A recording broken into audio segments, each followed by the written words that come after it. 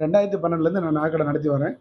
இந்த நகைக்கடையில வந்து எனக்கு நெறையா நகைகள் வந்து வரக்கூடிய சேல்ஸ் ஆகக்கூடிய நகைகள்ல, எக்ஸ்சேஞ்ச் ஆகப்பட்ட நகைகள்ல, அது பணம் தேவைப்படும்போது, பக்கத்தில இருக்கக்கூடிய யூனியன் பேங்க் ஆஃப் இந்தியா வங்கியில எனக்கு வந்து நடப்பு கணக்கு இருக்கு அங்க. கம்பெனி அக்கவுண்ட் அங்க தான் இருக்கு. அதனால அங்க வந்து அடிக்கடி நகை அடகு வைக்க போவேன். திருப்புவேன், அடகு வைக்க போவேன்.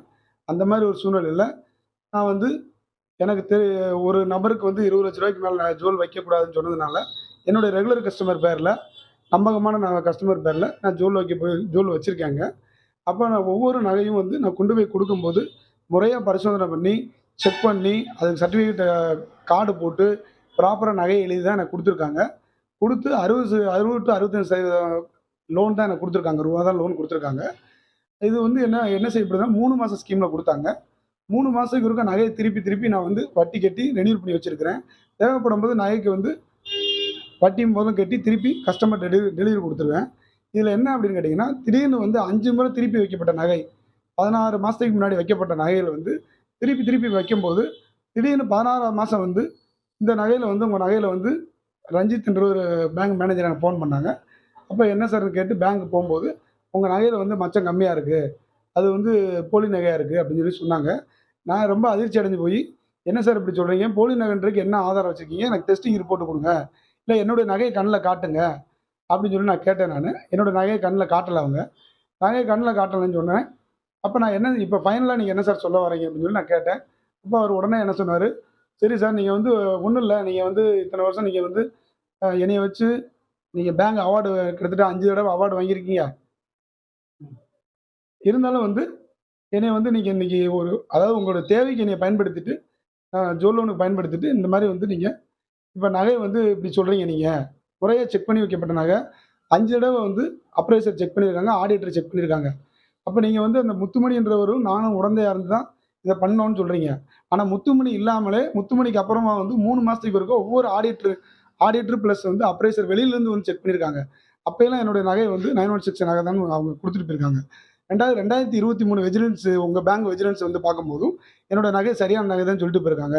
2024 மார்ச்ல தான் நீங்க பிப்ரவரி மாசம் வந்து நீங்க என்னுடைய நகை இப்படி சொல்றீங்களே சார். அதுக்கு என்ன சார் ரிப்போர்ட் வச்சிருக்கீங்க? டெஸ்டிங் ரிப்போர்ட் குடுங்கன்னு நான் கேட்டதுக்கு எந்த ரிப்போர்ட்டுமே குடுக்கல. அப்ப ஃபைனலா நான் கேட்கும்போது அவரு, உங்க நகைய நீங்க திருப்பிக்கணும்னு சொன்னாரு. அப்ப சரி சார் அப்படின்னா, எனக்கு கொஞ்சம் டைம் குடுங்க. 1 வீக் டைம் குடுங்கன்னு நான் கேட்டேன். இல்ல எனக்கு 24 மணி நேரம் தான் டைம் குடுப்பேன்னு சொன்னாரு. அப்ப வந்து நான் வந்து உடனடியா என்ன செஞ்சேன், என்னுடைய கஸ்டமர் வந்து அந்த 56 கஸ்டமர் பேர்ல நான் ஜுவல் வச்சிருக்கேன் நானு. அதுபோக வந்து ரூ. 7,55,00,000 லிஸ்ட் அவுட் பண்ணியிருக்கிறோம். அப்ப அந்த லிஸ்ட் அவுட்ல வந்து நான் ஜுவல்ல வந்து நான் திருப்பிக்கிறேன் சார்ன்னு சொல்லி, நான் உடனடியா என்ன செய்றேன், மொத நாள் வந்து ரூ. 5,20,000 பணம் கட்டுறேன். அவங்க வந்து ஜுவல் குடுக்கல. அந்த ஜுவல்ல குடுக்கலன்னோனே, ஏன் சார் குடுக்கலன்னு கேட்கும்போது, அவங்க என்ன சொன்னாங்க, "சார் ஒரு கஸ்டமருக்கு வந்து 4 அக்கவுண்ட் இருந்தா, அந்த 4 அக்கவுண்ட் மொத்தமா குளோஸ் பண்ணுங்க. 1 மட்டும் பணம் கட்டினா தர முடியாதுன்னு" சொன்னாரு. அப்போ உடனே என்ன செய்றேன், மறுநாள் 29ஆம் தேதி போயி காலையில நான் வந்து ரூ. 22,947 ஆ வந்து பணம் கட்டுறோம். அப்பயும் ஜுவல் குடுக்காம வெயிட் பண்ணுங்கன்னு சொல்றாங்க. கொஞ்ச நேரம் வெயிட் பண்ணுங்கன்னு சொல்லி 5 மணி ஆயிருச்சு. வெயிட் பண்ணி வந்து ஜுவல் குடுக்கல. அப்ப ஏன் ஜுவல் குடுக்கல அப்படின்னு சொல்லி கேட்கும்போது, வந்துருவாங்க மேனேஜர் வருவாங்கன்னு சொல்லும்போது, நான் வந்து என்ன செய்றேன், அப்ப வந்து உடனடியா வந்து ஸ்டேஷன்ல போய் கம்ப்ளைண்ட் குடுப்போம் அப்படின்னு சொல்லி நான் கம்ப்ளைண்ட் குடுக்க போனேன். கம்ப்ளைண்ட் குடுக்க போம்போது, அவங்க என்னோட கம்ப்ளைண்ட்ட வாங்கல. மேனேஜர் எல்லாருமே அங்க இருந்தாங்க. உங்க நகை போலி நகைன்னு சொல்லி எந்த ஒரு எதுவும் விசாரணையோ, அந்த ரிப்போர்ட் டெஸ்டிங் ரிப்போர்ட்டோ, இல்ல என்னுடைய நகைய என் கண்ல காட்டவோ எதுவுமே பண்ணல. அப்ப பண்ணாம வந்து என் மேல வந்து என்னுடைய கம்ப்ளைண்ட்ட வாங்காம, எனக்கு நான் கட்டின பணத்துக்குரிய நகையும் குடுக்காம, அவங்க வந்து உடனடியா என் மேல கேஸ் போட்டு, மொத நாள் போனவன மறுநாள் நைட் வரைக்கும் வச்சிருந்து கேஸ் போட்டு முடிச்சுட்டாங்க.